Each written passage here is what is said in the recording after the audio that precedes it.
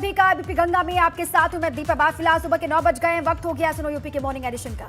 नमस्कार, मैं हूं आपके साथ जया मिश्रा। चलिए बुलेटिन की शुरुआत करते हैं बड़ी खबर के साथ। और बड़ी खबर आपको दे दें, विधानसभा चुनाव में मिली हार के बाद अब बीएसपी एक बार फिर से तैयार करेगी काडर नेताओं की टीम। ये बड़ी खबर मिल रही है और इसी महीने हो सकती है यूपी संगठन की अहम बैठक। इस बैठक में कई बड़े ऐलान कर सकती हैं बीएसपी प्रमुख मायावती। तो इस महीने में हो सकती है बसपा की अहम बैठक जिसमें बड़े ऐलान हो सकते हैं।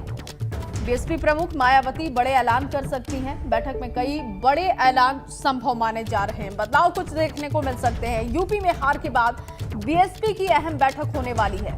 बीएसपी फिर तैयार करेगी कैडर नेताओं की टीम। कैडर के लिए ये अहम बैठक होगी। अनुभव शुक्ला हमारे साथ इस वक्त जुड़ चुके हैं। अनुभव, क्या जानकारी है बीएसपी की बैठक को लेकर?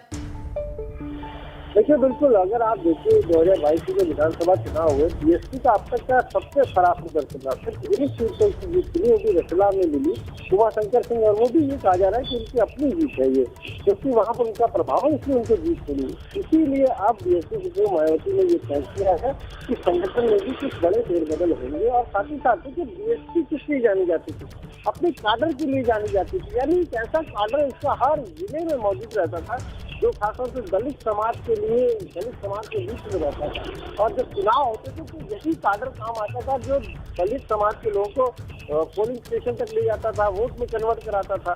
पर धीरे धीरे आप देखिए कि ये काडर जो है, काडर लीडर जो थे अलग अलग जिलों में, वो खत्म होते चले गए बीएसपी में। पर अब एक बार फिर इस पर फोकस किया जाएगा और अलग अलग जिलों में जो काडर बेस्ड वोट बैंक है, उसके जो लीडर्स है उनको डेवलप किया जाएगा। इसी महीने एक बैठक भी होनी है यूपी संगठन की, उसमें भी कुछ बड़े ऐलान मायावती कर सकती है। यानी जिम्मेदारियों में भी परिवर्तन हो सकता है। चले ठीक है अनुभव, बहुत शुक्रिया आपका पूरी जानकारी के लिए। तो इसी महीने बसपा की एक बहुत बड़ी बैठक हो सकती है जिसमें गहनता से मंथन होगा और फिर आगे बढ़ा जाएगा। उत्तराखंड के सीएम फेज को लेकर दिल्ली में हलचल लगातार जारी है। कार्यवाहक मुख्यमंत्री पुष्कर सिंह धामी और भाजपा प्रदेश अध्यक्ष मदन कौशिक दिल्ली में मौजूद हैं और बताया यह जा रहा है कि उत्तराखंड में सरकार के गठन को लेकर दिल्ली में आज बड़ी बैठक हो सकती है। आपको बता दें कि शीर्ष नेतृत्व के बुलावे पर कल देर रात दोनों ही नेता पहुंचे दिल्ली, जहां गृह मंत्री अमित शाह के आवाज पर मणिपुर और गोवा में सरकार के गठन को लेकर लंबी बैठक चली और बैठक के चलते उत्तराखंड को लेकर बैठक नहीं हो सकी थी। और इसीलिए आज ये कहा जा रहा है कि मदन कौशिक और पुष्कर धामी की मुलाकात जो है वो गृह मंत्री से और प्रधानमंत्री से संभव है।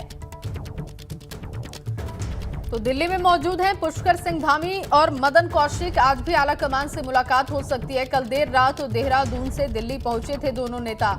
दिल्ली का बुलावा उनको आया और उसके बाद देर रात वो पहुंचे दिल्ली और आज माना जा रहा है कि बैठक होगी। और इसी खबर पर ज्यादा जानकारी के साथ मेरे सहयोगी अविनाश तिवारी जुड़ चुके हैं। अविनाश, क्योंकि उत्तराखंड के सीएम फेस को लेकर लगातार हम मंथन देख रहे हैं, पुष्कर सिंह धामी, मदन कौशिक दोनों ही दिल्ली में मौजूद हैं। क्या आज उनका दिन भर कार्यक्रम रहने वाला है? देखिए, अगर बात करें तो कल देर शाम दोनों लोगों को दिल्ली बुलाया गया था। चूंकि कल गृह मंत्री अमित शाह कश्मीर के दौरे से वापस लौटे तो सबसे पहले उन्होंने मणिपुर के नेताओं के साथ बैठक की और वहां पर सरकार गठन को लेकर के बातचीत की। इसके बाद अगर बात करें तो गोवा के कार्यवाहक मुख्यमंत्री को बुलाया गया और वहां पर सरकार के गठन को लेकर के बातचीत की गई। तकरीबन रात को 1:30 बजे गोवा को लेकर के बैठक खत्म हुई, जिसके बाद देर होने की वजह से उत्तराखंड की बैठक नहीं हो सकी। कार्यवाहक मुख्यमंत्री पुष्कर सिंह धामी इस वक्त उत्तराखंड सदन में ही मौजूद हूँ और मैं भी यहीं पर मौजूद हूँ। और अगर बात करें तो यहीं पर दोनों नेता यहाँ पे मौजूद हैं और बताया जा रहा है तकरीबन 10:30 से 11 बजे के बीच वो गृह मंत्री अमित शाह के घर पे जा सकते हैं, जहां पे पार्टी के राष्ट्रीय अध्यक्ष जेपी नड्डा भी रहेंगे, राष्ट्रीय संगठन महासचिव बीएल संतोष भी रहेंगे और उत्तराखंड में सरकार के गठन को लेकर के फिर बातचीत होगी। क्योंकि उत्तराखंड में अगर बात करें तो जिस तरीके से परिस्थितियां उभरी है, इसके बाद से लगातार समस्या है भारतीय जनता पार्टी के साथ कि किस तरीके से नए मुख्यमंत्री का चुनाव किया जाए। क्योंकि अतीत में अगर देखें तो कभी भी हारे हुए उम्मीदवार को भारतीय जनता पार्टी ने मुख्यमंत्री नहीं बनाया है। ये एक नई तरीके की चुनौती फिर से उभरी है भारतीय जनता पार्टी के सामने। तो लिहाजा क्या निर्णय होता है इसके लिए अभी थोड़ा इंतजार करना होगा। क्या पुष्कर सिंह धामी के ऊपर फिर से एक बार बीजेपी नेतृत्व विश्वास करेगा और उनको खटीमत से चुनाव हारने के बावजूद मुख्यमंत्री क्या बनाएगा, इसको लेकर लेकर के भी कयास लग रहे हैं या फिर कोई नया चेहरा होगा। इन तमाम सारी चीज़ों को लेकर के मंथन अभी होगा। गृह मंत्री अमित शाह के घर पे बताया जा रहा है कि ये बैठक होगी, जिसमें पार्टी के राष्ट्रीय अध्यक्ष जेपी नड्डा भी मौजूद रहेंगे। इसके साथ साथ राष्ट्रीय संगठन महासचिव बीएल संतोष भी मौजूद रहेंगे और उत्तराखंड के कार्यवाहक मुख्यमंत्री पुष्कर सिंह धामी और इसके अलावा प्रदेश अध्यक्ष मदन कौशिक मौजूद रहेंगे। वहां पे सरकार के गठन को लेकर तमाम सारी बातचीत की जाएगी और नए मुख्यमंत्री का चुनाव किस तरीके से किया जाए इसको लेकर के भी काफी मंत्रणा की जाएगी। और इसके बाद अगर बात करें तो कल फिर पर्यवेक्षक पहुंच सकते हैं और कल पर्यवेक्षक पहुंच के विधानमंडल दल की बैठक बुलाएंगे और वहां पे विधायकों के बीच में जो आज की बैठक में तय होगा उसी चीज का ऐलान करेंगे, जिसमें नए मुख्यमंत्री का भी ऐलान होगा। अब ये देखना यह है कि उत्तराखंड में नए मुख्यमंत्री किसको भारतीय जनता पार्टी बनाती है। क्या बिल्कुल अविनाश, और देखिए जैसा कि आप भी अपडेट दे रहे हैं, जैसा कि जानकारी आप दे रहे हैं कि पर्यवेक्षक कल पहुंचने वाले हैं, तो ऐसे में आज नाम फाइनल हो जाएगा, सिर्फ औपचारिकताएं रहेंगी कल के लिए जब पर्यवेक्षक वहां पर पहुंचेंगे और विधानमंडल दल की जो बैठक होने वाली है उसमें नाम का वो ऐलान कर देंगे। बहुत शुक्रिया आपका अविनाश तमाम जानकारी के लिए। और चलिए आगे बढ़ेंगे। बड़ी खबर यह है कि भाजपा आज जारी कर सकती है 6 एमएलसी प्रत्याशियों के नाम। दरअसल कल 30 प्रत्याशियों की लिस्ट जारी की गई थी। 21 मार्च से यूपी एमएलसी चुनाव नामांकन की आखिरी तारीख है और 9 अप्रैल को होंगे यूपी विधान परिषद के चुनाव। विधान परिषद की 36 सीटों के लिए चुनाव हो रहे हैं। 30 प्रत्याशियों की लिस्ट कल जारी की गई थी। माना जा रहा है कि बचे हुए जो प्रत्याशियों के नाम हैं आज वो फाइनल हो जाएंगे, उसकी लिस्ट सामने आ जाएगी। 9 अप्रैल को यूपी विधान परिषद के चुनाव होने वाले हैं। विधान परिषद की 36 सीटों के लिए चुनाव हो रहे हैं। 30 नामों का ऐलान किया जा चुका है और आज बाकी बचे 6 एमएलसी प्रत्याशियों के नाम का ऐलान भी कर दिया जाएगा। इस तरीके की जानकारी है। आपको बता दें कि 21 तारीख नामांकन की आखिरी तारीख है।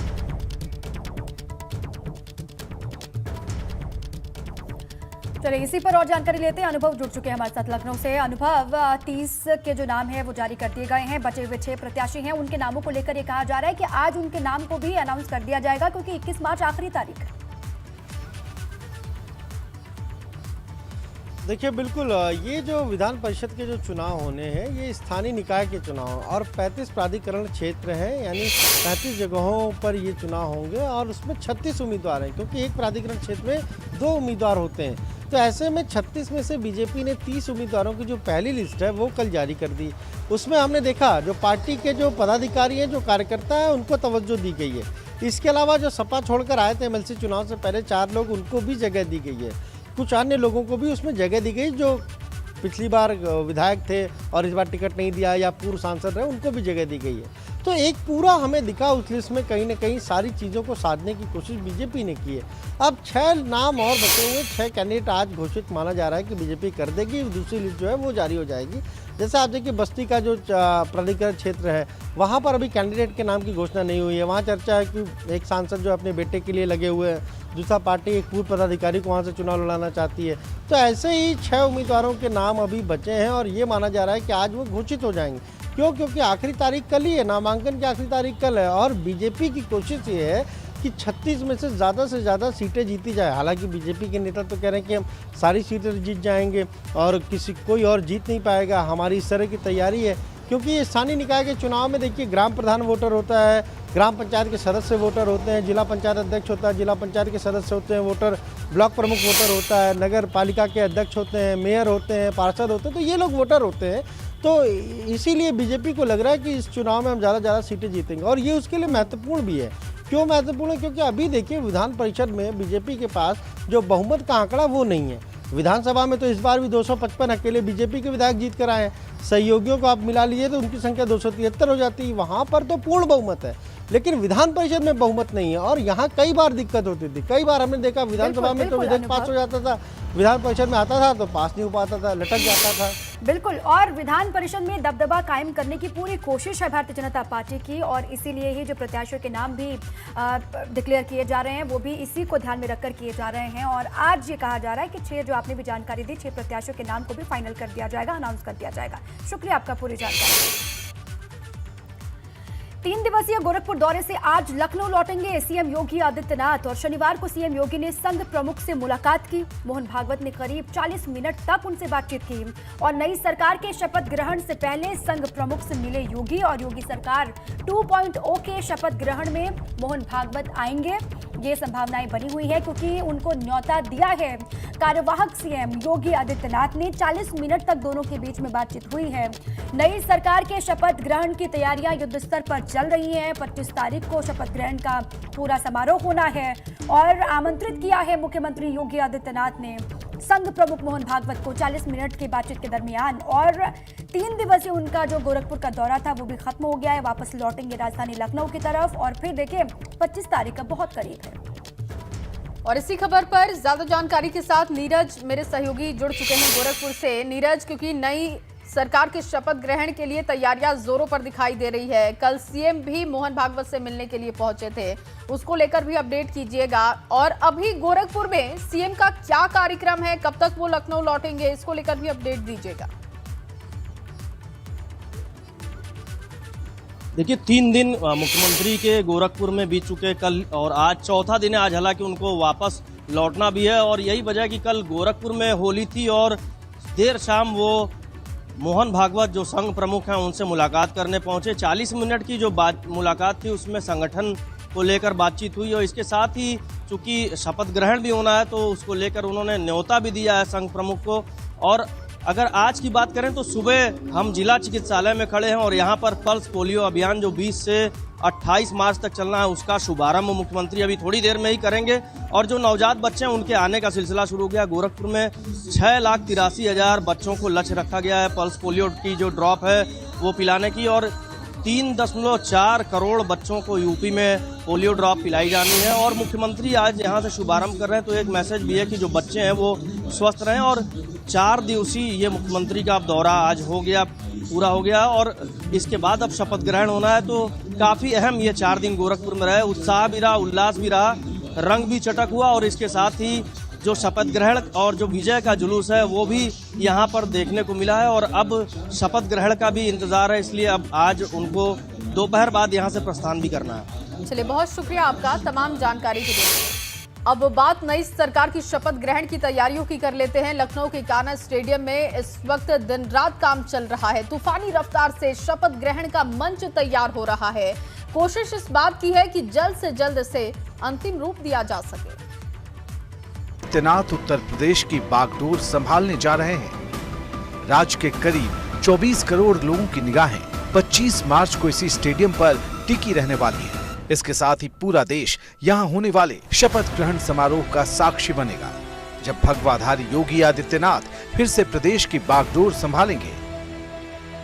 स्वाभाविक रूप से हर देशभक्त नागरिक के मन में अन्याय, अत्याचार, शोषण और अराजकता के खिलाफ लड़ने की इच्छा रखने वाले हर एक व्यक्ति के मन में एक अपार उत्साह और उमंग का माहौल है और उसी में होली का पर्व हम सबके सामने है तो स्वाभाविक रूप से उत्साह और दुगना होता है। मैं आप सबको इस अवसर पर हृदय से बधाई देता हूं, अपनी शुभकामनाएं देता हूं। कान्हा स्टेडियम को पहले से ही किले में तब्दील कर दिया गया है। यहाँ जिम्मेदार अधिकारियों और तैयारियों में जुटे कर्मचारियों के अलावा किसी और को आने की इजाजत नहीं। आला अफसर खुद हर छोटी छोटी बातों की निगरानी कर रहे हैं। शनिवार सुबह को यहाँ अपर मुख्य सचिव नवनीत सहगल ने जायजा लिया। वे खुद निर्माण के काम में जुटे लोगों से मिले, हर खास बात की तफ्तीश की, घूम घूम कर स्टेडियम के हर हिस्से का जायजा लिया, तमाम तैयारियों को भी परखा। प्रदेश के मुख्य सचिव दुर्गा शंकर मिश्रा ने भी स्टेडियम पहुंचकर तैयारियों का जायजा लिया है। अपर मुख्य सचिव गृह अवनीश अवस्थी ने भी यहां का निरीक्षण किया। इसके साथ ही प्रदेश के डीजीपी मुकुल गोयल और एडीजी कानून व्यवस्था प्रशांत कुमार भी यहां मौजूद थे। लखनऊ के पुलिस कमिश्नर डीके ठाकुर भी तैयारियों की निगरानी में जुटे हुए हैं। इन तमाम अफसरों की सक्रियता को देखकर समझा जा सकता है कि कितने बड़े पैमाने पर यहाँ तैयारियां चल रही हैं और किस तरह के सुरक्षा के इंतजाम हैं। योगी सरकार का शपथ ग्रहण 25 मार्च यानी शुक्रवार को शाम 4 बजे होगा। इसमें पीएम मोदी, गृह मंत्री अमित शाह, भाजपा अध्यक्ष जेपी नड्डा शामिल होंगे। शपथ ग्रहण समारोह में भाजपा शासित राज्यों के मुख्यमंत्री और उप मुख्यमंत्री भी पहुंचेंगे। इसके साथ ही संघ प्रमुख मोहन भागवत के साथ ही आरएसएस के दूसरे वरिष्ठ पदाधिकारियों, प्रमुख धर्मगुरुओं और उद्योगपतियों को भी न्योता भेजा जा रहा है। शपथ ग्रहण के कार्यक्रम में पूर्व मुख्यमंत्री अखिलेश यादव, सपा संरक्षक और पूर्व सीएम मुलायम सिंह यादव, बसपा प्रमुख और पूर्व मुख्यमंत्री मायावती के साथ ही कांग्रेस की राष्ट्रीय अध्यक्ष सोनिया गांधी, महासचिव प्रियंका गांधी वाड्रा सहित विपक्षी दलों के तमाम नेताओं को आमंत्रित किया जा रहा है। इसके साथ ही केंद्र और राज्य सरकार की योजनाओं के लाभार्थियों को भी न्योता भेजा जा रहा है। इन लाभार्थियों में महिलाओं की यहाँ बड़ी भागीदारी दिखेगी। Bureau report, ABP Ganga.